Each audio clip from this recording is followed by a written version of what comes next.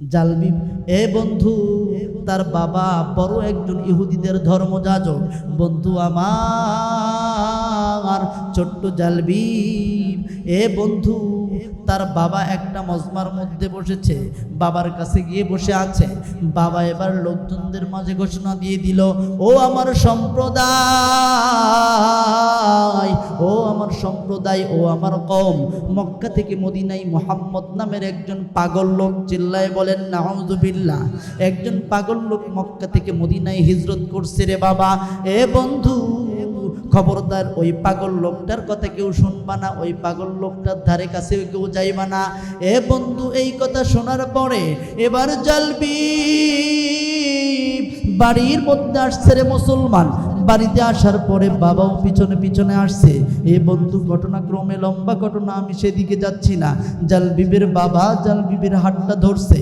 জালবিবের হাতটা ধরার পরে এ বন্ধু জালবিবের বাবার বিশাল লাইব্রেরিতে নিয়ে গেল। জালবিবকে ডাক দিয়ে বলছে, ও আমার সন্তান, আমি যদি মারা যাই সঙ্গে সঙ্গে তুমি এই পুরা লাইব্রেরির মালিক হয়ে যাবা। তোমাকে একটা কথা বলি রে বাবা, যতগুলো কিতাব আছে, যতগুলো তাক আছে, সব জায়গায় তুমি দেখতে পারবা, কিন্তু খবরদার খবরদার, ওই যে ছোট্ট একটা বাক্স দেখা যায়, বাক্সের মধ্যে কিন্তু কখনো হাত দেওয়া যাবে না। এবার জালবিব চিন্তা করলো, কি ব্যাপার কি ব্যাপার, বাবা কেন আমাকে নিষেধ করলেন? কারণ মানুষের একটা স্বভাব হচ্ছে, যেই দিকে নিষেধ করা হয় সেই দিকেই বেশি যায়, কথা বলেন ঠিক কিনা? এবার জালবিব এবার খুঁজতে থাকে কখন আমি সুযোগ পাই। একদিন হঠাৎ করে দেখে জালবিবের বাবা নাকি নেশা করে এসে মাতাল হয়ে পড়ে আছে। এবার চিন্তা করলো, এই সুবর্ণ সুযোগ আর হাতছাড়া করা যাবে না। এবার জালবিব এ বন্ধু ওই বাক্সের কাছে আসছে। এ বন্ধু বাক্সটা যখন খুলে ফেলছে, বাক্সের মধ্যে দেখে একটা ছোট্ট একটা চিরকুট। এ বন্ধু ওই চিরকুটের মধ্যে লেখা, লা ইলাহা ইল্লাল্লাহু মুহাম্মাদুর রাসূলুল্লাহ সাল্লাল্লাহু আলাইহি। ভাইরা আমার, জালবিব যখন এই লেখাটা দেখছে, সে আরবি পড়তেও জানে, এ বন্ধু আরবি বোঝে। এবার সে চিন্তা করলো, মোহাম্মদ নামের ওই লোকটা তো আমার আব্বা বলছে পাগল, কথা বলেন ঠিক কিনা? কিন্তু কোনো পাগলের নাম তো আমার আল্লাহর সাথে থাকতে পারে না, কথা বলেন ঠিক কিনা? এবার জালবিব এ বন্ধু এবার চিন্তা করলো, আমার আব্বা তো মিথ্যা কথা বলছে। এ বন্ধু জালবিব এবার সামনের দিকে অগ্রসর হয়। যেবার যখন বাবা চলে আসছে, বাবার হাতটা ধরছে, বাবাকে ডাক দিয়ে বলে, আব্বা আমি একটা প্রশ্ন করতে চাই। জালবিবের বাবা বলে, সমস্যা নাই, তুমি প্রশ্ন করো। জালবিব এবার ডাক দিয়ে বলে, আব্বা তোমরা যে গাছের পূজা করো, মাছের পূজা করো, কেন করো আমাকে একটু বুঝাই দাও। এবার জালবিবের বাবা ডাক দিয়ে বলে, ও আমার সন্তান, তোমাকে এই প্রশ্নটা কে শিখাই দিছে সেইটা আগে আমাকে বলো। বলুন আল্লাহু আকবার।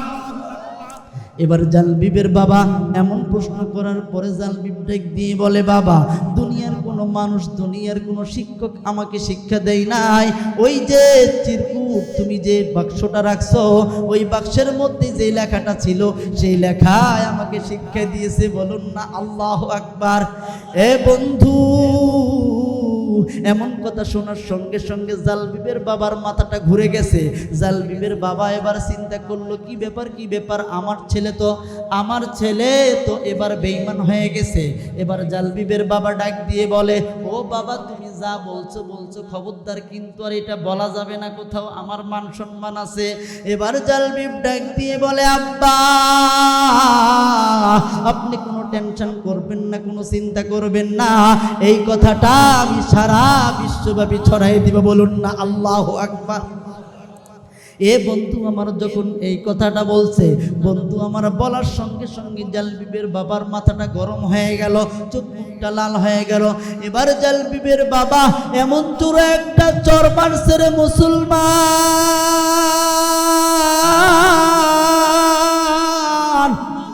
জালবিব সহ্য করতে পারে নাই, জমিনের মধ্যে লুটায় পড়ছে। জালবিবকে এবার ডাক দিয়ে বলে, খবরদার খবরদার, এমন কথা আর বলবি না। এ বন্ধু জালবিব উঠতে পারে না, কোনো রকম উঠে বাবাকে ডাক দিয়ে বলে, আব্বা আপনি যতই মারেন কোনো লাভ হবে না, আমি কথা বাহিরে বের করে দিব।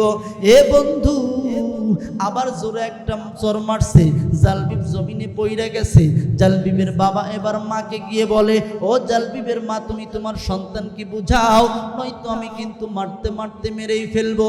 এ বন্ধু জালবিবের বাবা এমন কথা বলার পরে জালবিবের মা অনেক শাসন করছে রে বন্ধু, কিন্তু কোনো কাজ হয় নাই। জালবিবের মা অনেক মারছে, মারতে মারতে শরীরটা রক্তাক্ত। এ কলিজার টুকরা বাবারা, জালবিব এ বন্ধু লড়তে পারে না, আর এ বন্ধু হাঁটতেও পারছে না খুব একটা। এই কথাটা এবার ঘরে আর নাই। গ্রাম বাংলা একটা কথা আছে, ঘরের দেওয়ালেরও নাকি কান আছে, আছে না না? বন্ধু আমার কথা কিন্তু আর ভিতরে নাই, কথা বাহিরে চলে গেছে।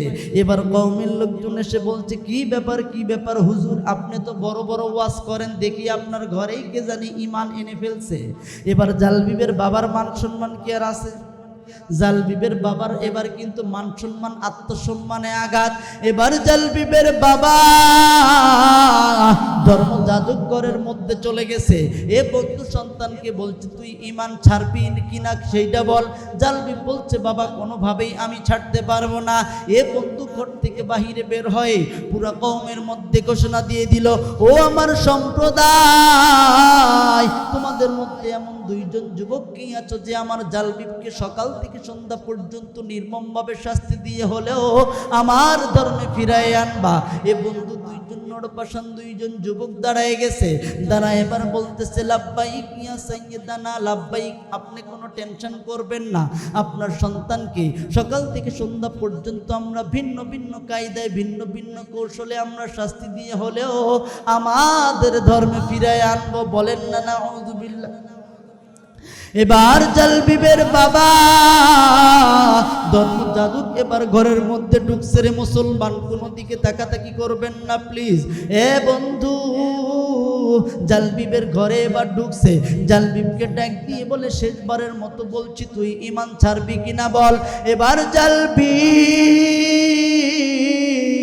ডাক দিয়ে বলে, আব্বা যতই মারেন যতই প্রহার করেন, আপনি যদি আমার উপর দিয়ে নির্যাতনের স্টিম রোলারও চালান, আমি জালবিব আপনার ধর্মে কোনোদিন ফিরে যাব না।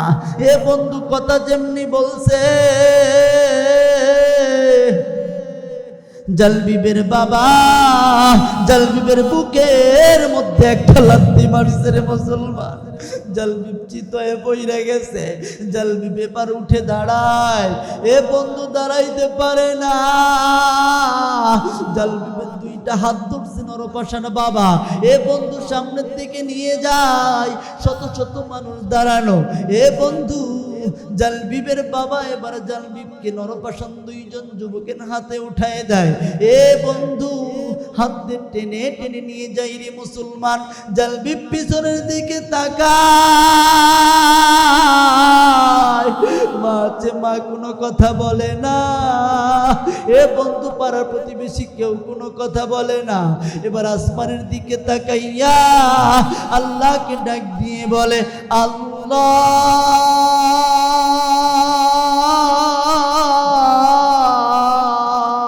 এ মাওলাকে একটা ডাক দাও না, আল্লাহ।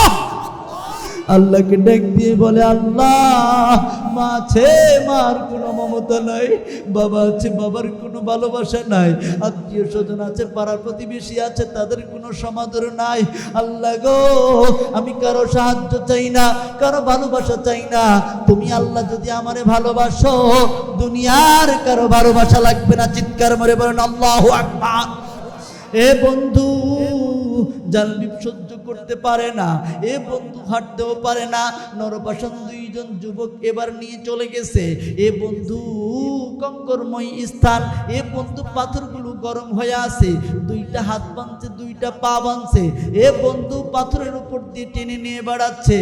এ বন্ধু কলিজার টুকরা টুকরা ভাইরা আমার, ছোট্ট জালবিব 10 থেকে 12 বছর বয়স হবে।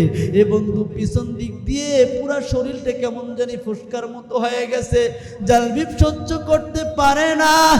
এ বন্ধু, জালবিব আসমানের দিকে তাকায়, আল্লাহকে ডাক দিয়ে বলে, আল্লাহুম্মা সবিরনি, আল্লাহুম্মা সবিরনি। কলিজার টুকরা ভাইরা আমার, জালবিব যখন আল্লাহকে ডাক দেয়, বলে আল্লাহ আমাকে তুমি একটু ধৈর্য ধারণ করার তৌফিক দান করো। এ বন্ধু, ওই কাফের বেঈমানেরা বারবার ফুসলাই কিন্তু কোনো কাজ হয় না। তারপরে জালবিবের বুকের উপরে বন্ধু আমার পাথর একটা চাপা দিছে। জালবিব সহ্য করতে পারে না, আল্লাহকে শুধু বলে আল্লাহ। এ আল্লাহকে একটা ডাক দাও না, আল্লাহ। আল্লাহকে ডাক দিয়ে বলে, আল্লাহ আমি তো আর সহ্য করতে পারছি না, আল্লাহ তুমি আমাকে শুধু ধৈর্য দাও। এ বন্ধু, ওই কাফের বেঈমানেরা ফুসলাই কিন্তু কোনো কাজ হয় না। এ বন্ধু পরের দিন এবার করছে কি, জালবিবকে লোহার পোশাক পরাইয়া দিছে। বন্ধু আমার, জালবিব যখন লোহার পোশাক পরাইয়া দিছে, উত্তপ্ত একেবারে একটা পাথরের উপরে রাখছে। উপর থেকে গরম তাপ, ওই পাথরে গরম, পাথরটাও তাপ গরম হয়ে গেছে। বন্ধু আমার, লোহাটাও মাঝখান দিয়ে গরম, ভিতরে এখন জালবিব সিদ্ধ হওয়ার মতো। সারাদিন পরে এবার পানি নিয়ে আসছে বিকেল বেলা। ওই কাফের বেঈমানেরা একবার পানি নিয়ে যায়, পানি একবার হাতে দেয়, জালবিবকে বলে নাও পানি। জালবিব চিৎকার করে বলে, দাও ভাই দাও, পানি দাও, আর তৃষ্ণা সহ্য করতে পারি না। ভাইরা আমার, এ বন্ধু পানি নিয়ে যখন সামনে চলে গেছে, জালবিবের হাতে পানি দেয়, আবার হাতটা টান দেয়, দিয়ে বলছে তুই ঈমান ছাড়, তাহলেই তোকে পানি দিয়ে দিব। জালবিব ডাক দিয়ে বলে, ও কাফের বেঈমানেরা, শুনে রাখ, শুনে রাখ, আমার শরীরে 1 ফোঁটা রক্ত থাকা পর্যন্ত আমি মুহাম্মদ, আমার নবী মুহাম্মদের শরীরে গোলাপের কাটার টুকা লাগবে, আমি জালবিব সহ্য করবে না। বলুন না আল্লাহু আকবার। বন্ধু আমার, যখন সহ্য করতে পারে নাই, এবার কাফের বেঈমানেরা জালবিবকে পাহাড়ের উপরে উঠাইছে। বন্ধু আমার, হাতটাও বাঁধা, পাটাও বাঁধা, লাথি মেরে উপর থেকে ফালাই দিছে। জালবিব নিচের দিকে পড়ে যায়, গড়ে গড়ে নিচের দিকে পড়ে যাচ্ছে রে মুসলমান, একেবারে নিচে পড়ে যায়, পুরো শরীর রক্তাক্ত। বন্ধু আমার, আবার উপরে উঠে আবার বসাইছে, আবার উপর থেকে লাথি মেরে ফালাই দিছে। বন্ধু আমার, জালবিব নিচে করতে করতে গিয়ে একেবারে বেহুশ, এখন তো আর বুদ্ধি নাই। এবার তাকে নিয়ে যায় রাখছে একেবারে অন্ধকার একটা কুঠির ঘরে। বন্ধু আমার, সারা জীবনেও ছোট্ট জালবিব জীবনে অন্ধকার ঘরে থাকে নাই। এ বন্ধু, সারাদিন পরে 1 ঘটি পানি আর 2টা জবের রুটি, এ বন্ধু জীবনে জবের রুটি খাই নাই। এ কলিজার টুকরা বাবারা, গভীর রাত, এবার জালবিব যখন সহ্য করতে পারছে না, একবারে ধৈর্যের বাঁধ ভেঙে গেছে। এবার মহান রবের দরবারে হাত তুলছে, আল্লাহকে ডাক দিয়ে বলে, আল্লাহ। এ মাওলাকে একটা ডাক দাও না, আল্লাহ, মায়া লাগে ডাক দাও না, আল্লাহ। আল্লাহকে ডাক দিয়ে বলে, আল্লাহ আমি তো সহ্য করতে পারছি না, আল্লাহ আমার যেন ধৈর্যের বাঁধ ভেঙে যায়। কলিজার টুকরা ভাইরা আমার, আমার আল্লাহ জিব্রাইলকে ডাক দিয়ে বলে, এরে জিব্রাইল, যা আমার ছোট্ট বন্ধু ডাক দিছে, আমাকে যখন রহমান বইলা ডাক দিছে, আমার রহমতের দয়ার সাগরে যেন ঢেউ খেলে গেছে। বলুন না আল্লাহু আকবার। জিব্রাইলকে ডাক দিয়ে বলে, তাড়াতাড়ি যা, আমার এই ছোট্ট বন্ধুকে আমার বন্ধু হাবিবুল্লাহর সাথে সাক্ষাতের ব্যবস্থা করে দে। বলুন আল্লাহু আকবার। কলিজার টুকরা ভাইয়েরা আমার, এই জন্য নির্যাতিত কোনো মানুষ কোরআনের পক্ষে নির্যাতন সহ্য করেছে, সেই মানুষটি যদি একটা বার আল্লাহর দিকে, আসমানের দিকে তাকায়া যদি আল্লাহকে ডাক দিয়ে বলে আল্লাহ, শুধু একটা বার যদি ডাক দেয়, আল্লাহর আরশ পর্যন্ত কেঁপে যায়। কথা বলেন ঠিক কিনা? আমরা দেখেছি, শুনেছি, আমাদের ছোট্ট একটা হুজুর আছে বাংলাদেশে, চিনেন আপনারা, রফিকুল ইসলাম মাদানী। সেই মানুষটাকে হাতির ছিলে নিয়ে এসে অর্ধ উলঙ্গ মহিলার সাথে তাকে উলঙ্গ করে তুলে ছবি তুলেছে। সেই মানুষটা সেখানে চিৎকার মেরে মেরে এইভাবে হাত তুলে আল্লাহকে বলেছিল, আল্লাহ তুমি দেখে দেখে রাখো। ঠিক হযরতে খুবাইব রাদিয়াল্লাহু তাআলা আনহুকে যখন শহীদ করা হয় সেই মুহূর্তেও তিনি আসমানের দিকে তাকায়ে বলেছিলেন আল্লাহুম্মা আহসিনহুম আদাদা, আল্লাহ তুমি তাদেরকে সংখ্যাগুলো গুনে গুনে রাখো। চিৎকার মেরে বলেন আল্লাহু আকবার। কলিজার টুকরা ভাইয়ের আমার, এতগুলো আলেম 15 বছর যাবৎ চিৎকার মেরে মেরে আল্লাহকে ডাকছে। তাহাজ্জুদ গুজারি আলেমরা চিৎকার মেরে মেরে আল্লাহকে ডাকছে। আর তাল্লুমের সাথে সম্পর্কিত সে আলেমরা বারবার চিৎকার মেরে মেরে আল্লাহকে ডাকছে, আলেমদেরকে শহীদ করে দিচ্ছে। আমার আল্লাহ কি বুঝেন না? আমার আল্লাহ কি শোনেন না? আমার আল্লাহ প্রত্যেকটা কথা শোনেন। কলিজার টুকরা ভাইয়ের আমার, যারা আমাদের উপরে জুলুম করেছে তাদেরকে হত্যা করে ফেলতে পারতেন আমার আল্লাহ। কথা বলেন ঠিক কিনা? কিন্তু বাঁচায় রাখছে কি রাখে নাই? মরে গেলে তো চলে গেল, বাঁচায় রাখে আল্লাহ বুঝাইতেছে দেখ জ্বালা কি রে। বুঝেন না খেলা কেমন হচ্ছে? ঠিক কিনা? ভালো হয়ে যাও মাসুদ তুমি, এই কথাকে বলবে আর কাউয়া কাদের পালিয়ে গেছে কেউ জানে না খবর তার, কেউ জানে না খবর তার। ঠিক ফকরুল সাহেব আপনার বাসায় কাউয়া কাদের গেছেনি, ঠাকুর গাঁয়ের বাসায় আপনি থাকতে তারে দিছেননি, থাকতে তারে দিছেননি। ভালো হয়ে যাও মাসুদ তুমি। ঠিক কিনা? আছে আল্লাহ মারে না, মারে না, যদি মারে আর সহ্য করতে পারে না। কথা বলেন ঠিক কিনা? কলিজার টুকরা ভাইয়ের আমার, এটা কোনো দলীয় কথা নয়। দলীয় কথা, দলীয় কোনো দলের বিরোধিতা করছি না। এই কয়েকদিন আগে লতিফ সিদ্দিকী এক বাটপার আছে না, লতিফ সিদ্দিকী হজকে নিয়ে সে কটূক্তি করেছিল। আমরা অনেক চেষ্টা করেছি, প্রতিবাদ করেছি, কিন্তু কোনো কিছু করতে পারি নাই। রিসেন্টলি 3 দিন আগে এক মাহফিলে সে বলছে আমার কোনো গুনাহ নেই।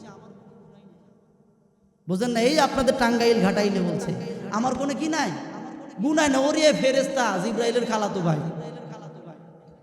জিবরাইলের কি ভাই? খালাতো ভাই, ওর কোনো গুনাহ নাই। এই বদমাইশ এইরকম ভাইরাস বাংলার জমিনে আরো আছে। কথা বলেন ঠিক কিনা? আছে না নাই?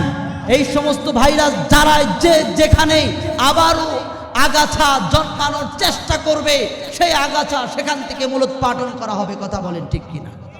কারণ আগামীর সূর্য ইসলামের সূর্য, আগামীর সুবে সাদিক ইসলামের সুবে সাদিক, আগামী দিনে ইসলামের পতাকা বাংলার জমিনে উড়বেই উড়বে ইনশাআল্লাহ।